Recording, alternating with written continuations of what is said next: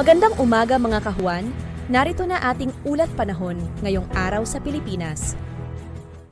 May kita natin ngayon dito sa ating satellite animation nitong mga kaulapan sa malaking bahagi ng Mindanao. Ito po mga kaulapan nito ay dulot ng Intertropical Convergence Zone or ITCZ na magdudulot pa rin ngayong araw ng mga kalat-kalat na pag-ulan, pagkidlat at pagkulog sa malaking bahagi or sa buong bahagi ng Mindanao. So pag-iingat pa rin po para sa ating mga kababayan dyan sa posibilidad ng mga pagbaha at pagguho ng lupa. Samantala, ang easterlies naman o yung mainit na hangin mula sa dagat Pasipiko ay magdudulot din ng mataas na tsansa ng mga pag-ulan, pagkilat at pagkulog dito sa ilang bahagi ng Eastern Visayas. At sa nalalabing bahagi naman po ng ating bansa ay patuloy pa rin magiging mainit at maalinsangan yung ating panahon at may posibilidad pa rin ng mga isolated o yung mga biglaang pag-ulan, pagkilat at pagkulog na dulot pa rin ng easterlies. And sa kasalukuyan ay wala pa po tayong minomonitor na bagyo or low pressure area na maaaring makaapekto dito sa ating bansa.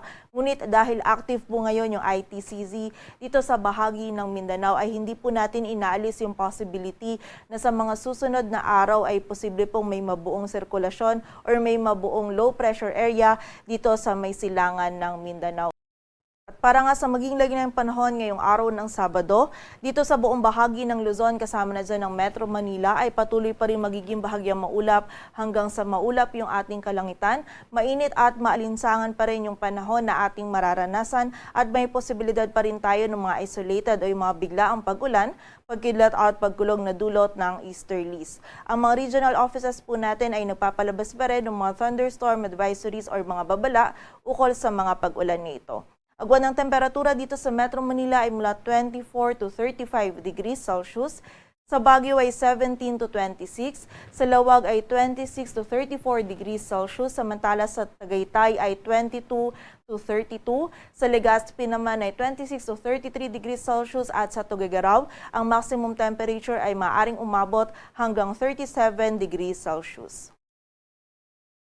Samantala sa bahagi naman ng Visayas at Mindanao ngayong araw, ang buong bahagi ng Mindanao ay makakaranas ng maulap na kalangitan at mga kalat-kalat na pag-ulan, pagkidlat at pagkulog na dulot ng ITCZ. Ito po mga pag-ulan nito ay posibleng maging katamtaman at kung minsan ay mga malalakas na pag-ulan na maaari po magdulot ng mga pagbaha at pagguho ng lupa. So pag-iingat pa rin para sa ating mga kababayan. Samantala magiging mataas din po yung tsansa ng mga pag-ulan, pagkidlat at pagkulog sa Eastern Samar at Southern Leyte, dulot naman ito ng easterlies. At sa nalalabing bahagi ng Visayas, maging dito din sa area ng Palawan ay patuloy pong magiging bahagyang maulap hanggang sa maulap yung ating kalangitan. Mainit na panahon pa rin yung mararanasan at may posibilidad pa rin tayo ng mga isolated o yung mga biglaang pag-ulan, pagkilat at pagkulog na dulot pa rin ng easterlies. Agwat ng temperatura dito sa Puerto Princesa at Kalayaan Islands ay mula 26 to 35 degrees Celsius.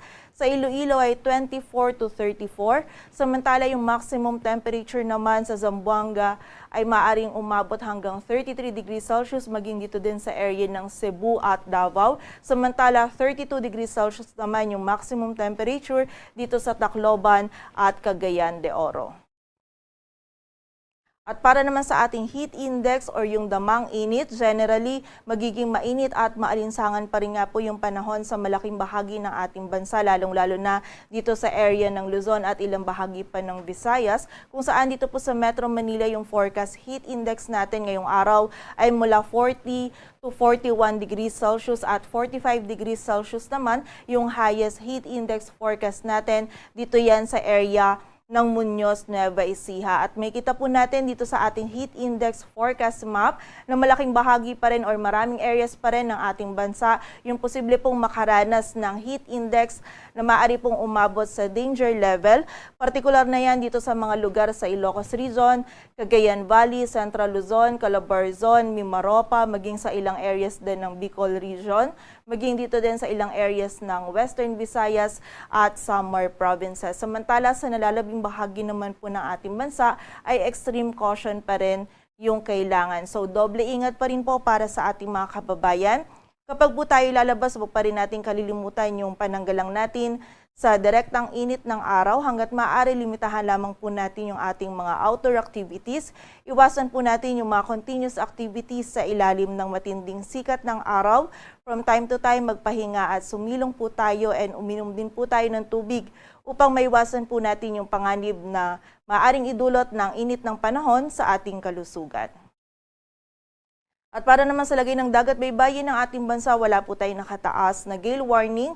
Kaya malay makakapalaot yung mga kababayan nating mga isda, pati na rin yung may mga maliliit na sasakyang pandagat.